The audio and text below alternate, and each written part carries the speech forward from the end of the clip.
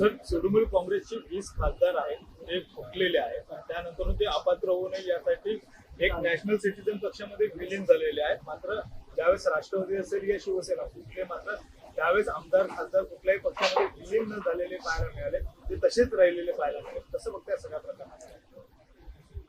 शिवसेना आणि राष्ट्रवादी ज्यावेळी फुटले त्यावेळेच्या दोन्ही केसेस सुप्रीम कोर्टात प्रलंबित आहेत. म्हणजे 5 वर्ष झाली तरी न्याय मिळालेला नाही. आता या 2 केसेस ऑलरेडी असताना तसलीच तिसरी केस करणं हे सत्तारूढ लोकांना सोयीचं नव्हतं आणि म्हणून त्यांना एका फालतू म्हणण्यापेक्षा ज्याला अस्तित्वच नाही, ज्यांना मागच्या निवडणुकीत 800,000 मतं पण पडलेली नसतील, अशा पक्षामध्ये या सगळ्यांना विलीन करण्याची व्यवस्था केलेली आहे. पण 10व्या शेड्यूल घटनेतल्या 10व्या कलमाप्रमाणे वेगळा गट स्थापन करण्याचा अधिकार नाही, पक्ष फुटून 2/3 कुठं जाण्याचाही अधिकार नाही. त्यामुळं पक्ष हा इंटॅक्ट असतो. पण 10वं शेड्यूल धाब्यावर बसवण्याचं काम मागच्या 5 वर्ष भारतात चालू आहे. आता एका पक्षात विलीन करणं, पण तुम्ही हा पक्ष सोडूच शकत नाही, मूळ पक्ष. त्यामुळं घटनेचा उल्लंघन करून या सगळ्या कारवाया चालू आहेत. पण सुप्रीम कोर्ट त्याकडे वेळेत बघणार नाही, कारण आमचा अनुभव तो आहे. आजही आम्ही त्या प्रतीक्षेत आहोत न्यायाच्या, पण तारखाच लागत नाही सुप्रीम कोर्टात. सुप्रीम कोर्टात असं त्यांना वाटतं की या सगळ्या न्याय देण्यापेक्षा दुसरे महत्त्वाचे प्रश्न आहेत.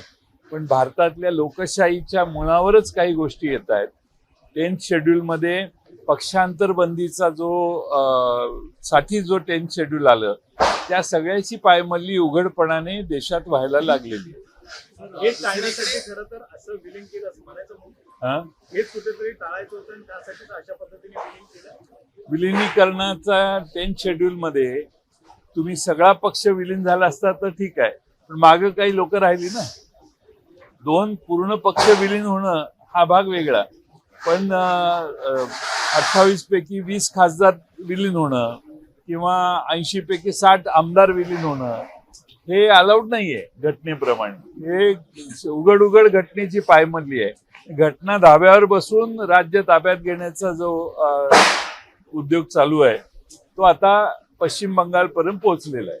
दुसरीकडे शक्तीपीठ महामार्गाच्या संदर्भातला जो विरोध आहे हा प्रामुख्याने पाहायला मिळतोय सांगली, कोल्हापूर आणि इतर जिल्ह्यांमध्ये. त्याकडे आपण कसं पाहता? आपली मागणी नेमकी काय राहणार? या अधिवेशनात त्यावर देखील चर्चा होणार.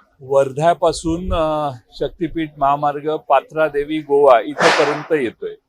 आता शक्तीपीठ म्हटल्यावर सर्व देवस्थान जोडली पाहिजेत.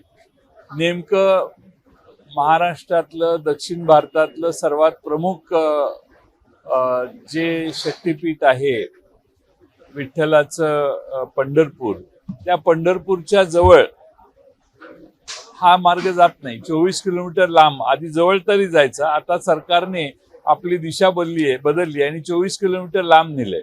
तुम्ही एका बाजूने सांगता आम्हाला सर्व धार्मिक स्थळं जोडायची आहेत, दुसऱ्या बाजूने त्या धार्मिक स्थळाच्या पेक्षा तुमचा रस्त्याचा मार्ग बदलायला लागलेला आहे. आणि कोणीतरी मागणी केली की एकदम 100 किलोमीटर 50 किलोमीटर रस्त्याची लांबी वाढवण्याची तयारी आहे. आणि त्यामुळं मूळ शक्तीपीठाचा मार्ग जो होता तो सोडून जो नवा मार्ग सरकारने घेतलेला आहे, या सर्व मार्गावर प्रचंड सरकारला विरोध आहे. या सरकारमध्ये सरकारला विरोध होतोय तो प्रामुख्याने या शक्तीपीठ मार्गाची गरज नाही असं समजणारा प्रचंड मोठा वर्ग आहे. आणि बहुतेक सगळा मार्ग सोलापूर जिल्ह्या ते कोल्हापूर जिल्ह्यापर्यंत सर्व ठिकाणी बागायत पिकांना उद्ध्वस्त करून जाणार आहे. आणि त्यामुळं तिथल्या स्थानिक सदस्यांचा, स्थानिक शेतकऱ्यांचा प्रचंड विरोध आहे. आणि त्यामुळे सर्व शेतकरी याच्या विरोधात आज एकवटायला लागलेले आहेत.